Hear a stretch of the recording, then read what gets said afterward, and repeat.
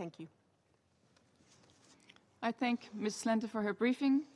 I'll now give the floor to those council members who wish to make statements. Representative of the Secretary-General, Ms. Bintou Keita, for her briefing, but particularly for her action and for the work of MONUSCO in the Democratic Republic of the Congo.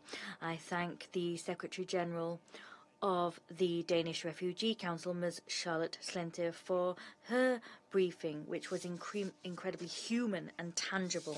Through these statements, we have taken stock of the serious nature of the security and humanitarian situation that continues to weigh on the people of North and South Kivu.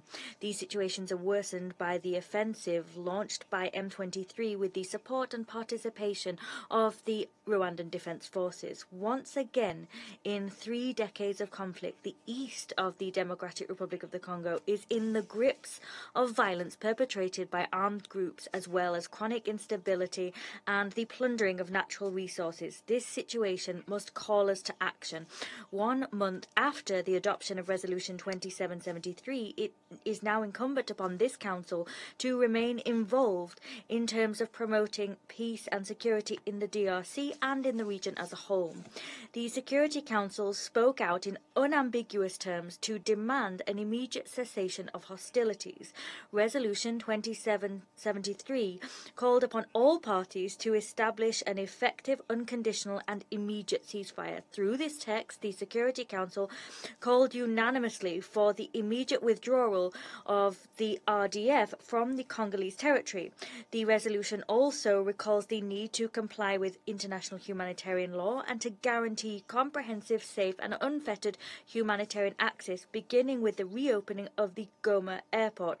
These appeals are just as vital today as they were before. Urgent progress must be seen with the implementation of Resolution 2773.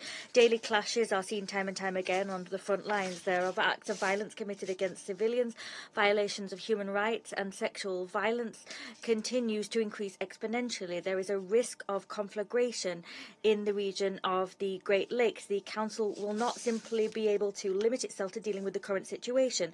Consequently, the upholding of the ceasefire is a major priority. France supports efforts to this end, whether we be talking about appeals for the ceasefire heard after the meeting in Doha on 18th of March or in the midst of the SADC-EAC regional process. The ceasefire must be implemented so that clashes cease and stop being a burden on the people in the East DRC. Dialogue initiatives must continue to achieve tangible and visible progress towards the end of the cessation of hostilities. Here, regional mediation processes have a key role to play in creating a solution to this conflict, which we need to see.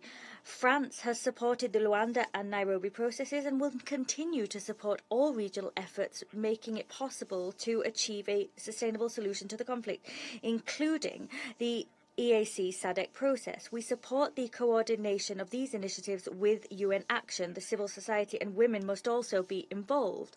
I hail the engagement of Angola and their president, João Lourenço. He's worked tirelessly to promote dialogue and establish tangible parameters for a negotiated solution in order to see the complete withdrawal of Rwandan forces and the neutralization of the FDLR by the DRC. This must continue through SADC. We must build on these gains. I here hail the important role of MONUSCO. MONUSCO's role is evolving in an increasingly worsening environment. Its protection of civilians mandate must be protected.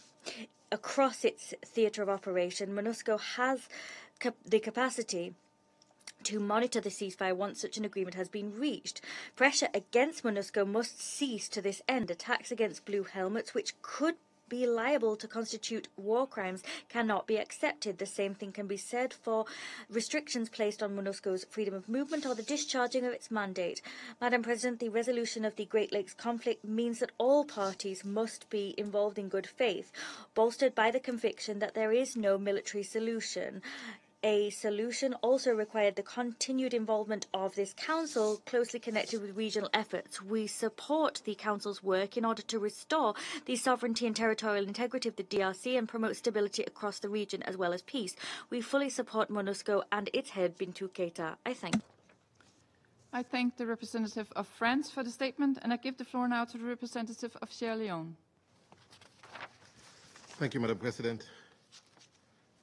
Madam President, I have the honor to deliver this statement on behalf of the members of the A3+, namely Algeria, Guyana, Somalia,